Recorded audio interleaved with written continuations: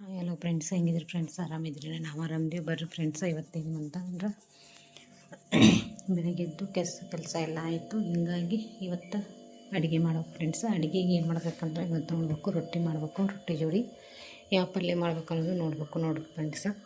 Nature ನೋಡ್ರಿ ಹೆಂಗೆ ಕಾಣ್ತೈತಿ. ಇದು ನೋಡ್ರಿ ನಮ್ದು ಅಡುಗೆ ಮನೆ.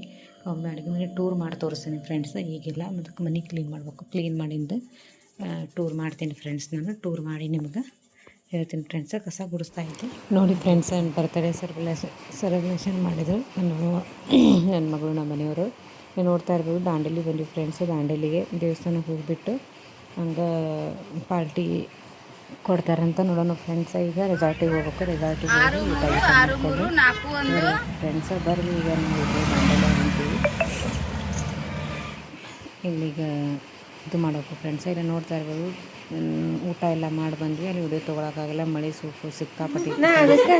Happy birthday to you, happy birthday to you, happy birthday to you.